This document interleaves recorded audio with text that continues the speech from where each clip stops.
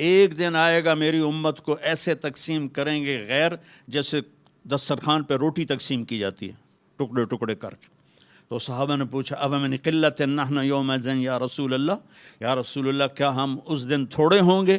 اب میں کہا لا انتم یومئذ کثیر، تم بہت زیادہ ہوگے، ولکنکم غثاء، ان کا غثاء السیل، تم بارش کے طوفانی پانی کے اوپر جو تنکے تیر رہے ہوتے ہیں، تم ایسے تنکوں کی طرح بے حیثیت اور بے قیمت ہوگے، اور وَلَيَقْذِفَنَّ فِي قُلُوبِكُمُ الْوَهْنَ، اور اللہ تمہارے دلوں میں وہن ڈال دے گا۔ تو صحابہ نے پوچھا یا رسول اللہ وہن کیا ہے؟ کہ حب الدنیا و کراہیت الموت، دنیا کے غلام بن جاؤ گے، دنیا کے بندے بن جاؤ گے، اور موت سے ڈرنے لگ جاؤ گے۔ بھلا موت تو اللہ کی ملاقات ہے۔ ابراہیم علیہ السلام کے پاس اسرائیل آ گئی، چلو جی، تو وہ کہنے لگے بھلا کبھی خلیل بھی خلیل کو مارتا ہے؟ تو وہ اسرائیل واپس گئے، کہا جی وہ ابراہیم تو یہ کہہ رہے ہیں، کہا اچھا اس سے کہو کبھی خلیل بھی خلیل کے ملنے سے رکتا ہے؟ تو انہوں نے کہا جی اوپر سے تو یہی جواب ہے، کہا جلدی کر لے جا لے جا۔ مسلمان کے لیے تو اللہ کی قسم اگر اللہ راضی ہے تو موت سے خوبصورت تحفہ کوئی نہیں، موت سے خوبصورت پیغام کوئی نہیں۔ اگر اللہ ناراض ہے پھر تباہی ہے۔ عمر بن عبدالعزیز اس تخت پہ بیٹھے جس پہ بنو امیہ کے ظالم حکمران بیٹھے تھے، عبد الملک بن مروان، پھر ولید بن عبد الملک، پھر سلیمان بن عبد الملک، اور چوتھے عمر بن عبدالعزیز۔ عبد الملک ان کے سگے چچا تھے، عمر بن عبدالعزیز اور عبد الملک بھائی تھے، مروان کے بیٹے تھے۔ تو عمر بن عبدالعزیز نے 2.25 سال حکومت کی، اور 3 بر اعظم میں زکوٰۃ لینے والا کوئی نہ بچا۔ 3 بر اعظم پہ حکومت تھی، جنوبی فرانس سے لے کر شمالی افریقہ تک اور ملتان تک اس بندے کا جھنڈا لہراتا تھا، اور 3 بر اعظم میں زکوٰۃ لینے والا کوئی نہ بچا، کہ پہلے خزانہ اپنا سمجھ کے لوٹتے رہے، اور انہوں نے خزانے کو امانت سمجھ کے استعمال کیا۔ تو وہ انہوں نے بلایا شام کے قاضی رجا کو، کہنے لگے دیکھو عبد الملک میرے چچا مرا تھا تو میں اس کی قبر میں اترا تھا تو اس کے چہرے کا رنگ کالا سیاہ ہو گیا تھا، اور اس کا چہرہ قبلے سے یوں ہو گیا تھا، اور عبد الملک کی یہ جگہ سرخ تھی سیب کی طرح۔ پھر میں نے ولید کو قبر میں اتارا، وہ اس کی کفن کی گرہ کھول کے دیکھا تو اس کا چہرہ ادھر تھا اور کالا سیاہ تھا۔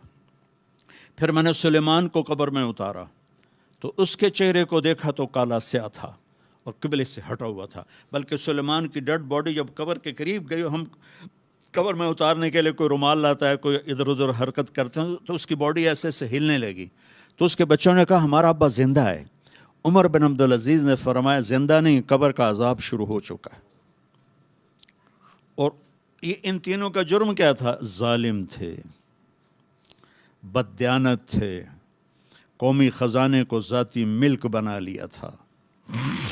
یہ کیا سمجھتے ہیں حکمران کہ یہ مزے کریں گے؟ ان سب کے ہاتھ ایسے بندھے ہوں گے قیامت کے دن۔ یہ جتنے جج صاحبان ہیں یہ کیا سمجھتے ہیں کہ ہمیں بڑی اعلیٰ پوسٹ ملی ہوئی ہے؟ ان کے قیامت کے دن ہاتھ یہاں بندھے ہوئے ہوں گے۔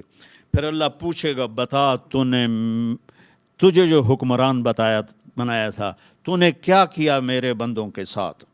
اگر وہ جواب دے سکا تو اس کے ہاتھ چھوڑ دیے جائیں گے، ورنہ انہی بندے ہاتھوں کے ساتھ جہنم میں گر جائے گا۔ اور قاضی سے اللہ پوچھے گا ہاں کیا فیصلے کیے تھے، کتنے ظلم کے فیصلے کیے تھے، کتنے عدل کے فیصلے کیے تھے۔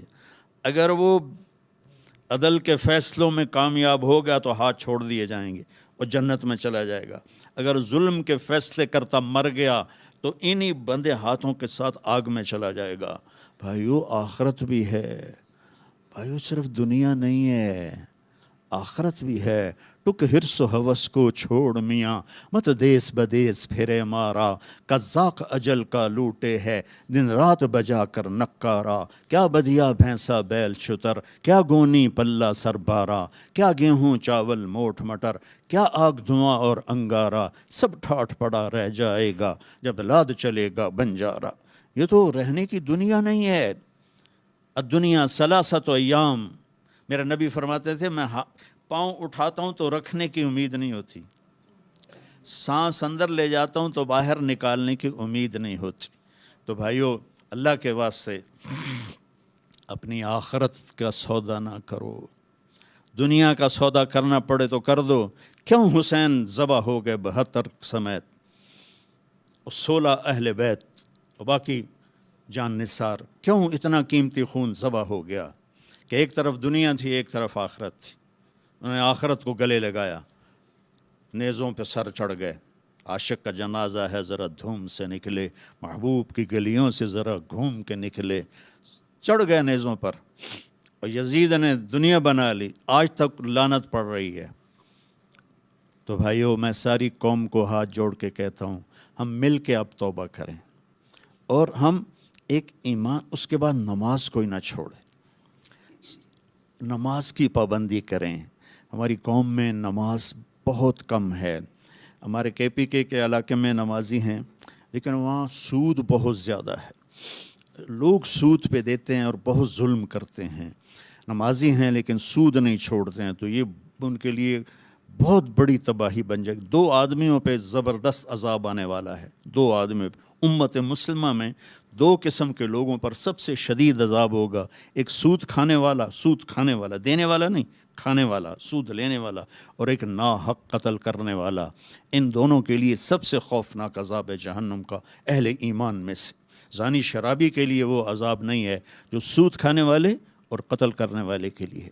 تو نماز پڑھو، ساری قوم سے کہتا ہوں نماز پڑھو۔ اللہ نے رزق دیا ہے، زکوٰۃ دو، قرآن پڑھو، اللہ کے واسطے قرآن پڑھو، اللہ کے نبی کی سیرت پڑھو، علم حاصل کرو کہ میرا رب مجھ سے کیا چاہتا ہے۔ میرا رب پہلی سطر ہے بسم اللہ الرحمن الرحیم، کہ میں رحمان و رحیم ہوں، کوئی سخت حکم نہیں سناؤں گا، آسان ہوں گے، کر لو، بڑا نفع رہے گا۔ تو قرآن پڑھو، نبی کی زندگی پڑھو، صحابہ کی زندگی پڑھو، اور قرآن کو اپنا ورد بناؤ۔ تیسرا کلمہ، درود شریف، استغفار، چلتے پھرتے اٹھتے بیٹھتے اپنا یہ ذکر بناؤ، اور اپنے اخلاق کو بلند کرو۔ آپ سارے سیاسی لوگ بیٹھے ہیں، لیکن میں نبی کی بات کروں گا، اپنی زبان کا بول میٹھا کرو۔ سب سے کہتا ہوں، جتنے سن رہے ہیں، زبان کا بول میٹھا کرو۔ میرے نبی کو پسند نہیں ہے شدت کے بول، اور ایک یہ بعد میں کہوں گا۔